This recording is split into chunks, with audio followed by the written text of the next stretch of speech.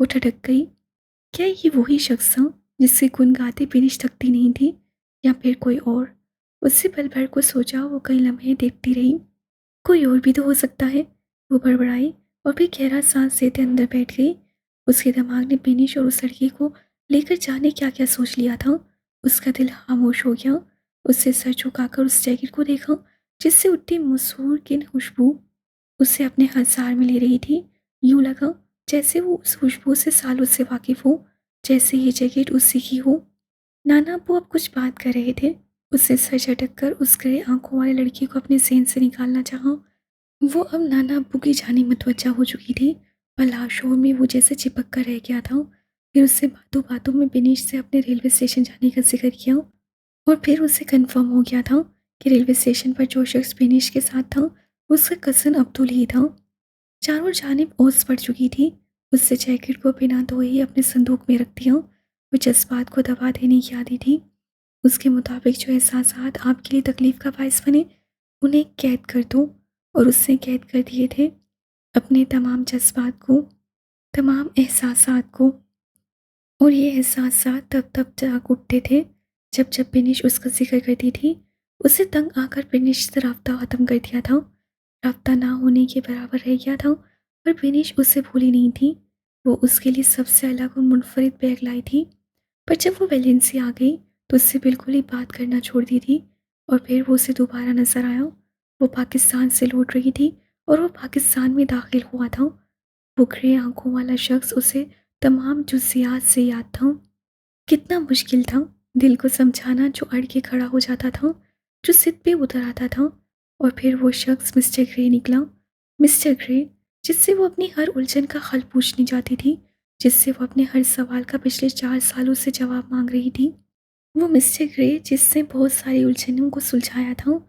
وہ جب لائیو آیا تو اور کوئی نہیں، عبدل ہو تھا۔ وہ عبدل جس کے بارے میں وہ برسوں سے سنتی آ رہی تھی۔ وہ عبدل جو اسے اپنی جیکٹ دے گیا تھا بنا اس کی جانب دیکھے۔ وہ عبدل جو دنیا کے لیے ہاتھ تھا۔ وہ ہاتھ تھا تو عبدل کون تھا؟ اور اگر وہ عبدل تھا تو ہاتھ کون تھا؟ وہ پوری طرح الجھی ہوئی تھی۔ میں ہاتھ ہوں۔ آپ لوگوں میں سے کچھ لوگ مجھے جانتے ہوں گے، جبکہ کچھ لوگوں کے لیے میں بالکل نیا ہوں۔ میں نے اس اکیڈمی کی بنیاد کافی سالوں پہلے رکھی تھی، جب مجھے لگا کہ ہر ملک میں ایسا کوئی نظام ہونا چاہیے جو لوگوں کی الجھنوں کو سلجھا سکے، جہاں آپ اور میرے جیسے لوگ وہ سب جان سکیں جس کی ہم تلاش میں ہیں۔ پہلا قدم مشکل تھا۔ میں بہت بہت شکریہ ادا کرتا ہوں ان سب لوگوں کا جو اس وقت اس اکیڈمی کو چلا رہے ہیں، اسے دیکھ رہے ہیں، میری غیر موجودگی میں بھی جنہوں نے اس اکیڈمی کا وقار برقرار رکھا۔ وہ شائستگی سے بول رہا تھا، جبکہ ایمان وہاں بیٹھی تو تھی اور اس کا دماغ کہیں اور تھا۔ وہ یہ سمجھنے سے قاصر تھی کہ اللہ نے اس شخص کو اس قدر قریب کیوں بھیج دیا تھا، سب کچھ جانتے ہوئے بھی۔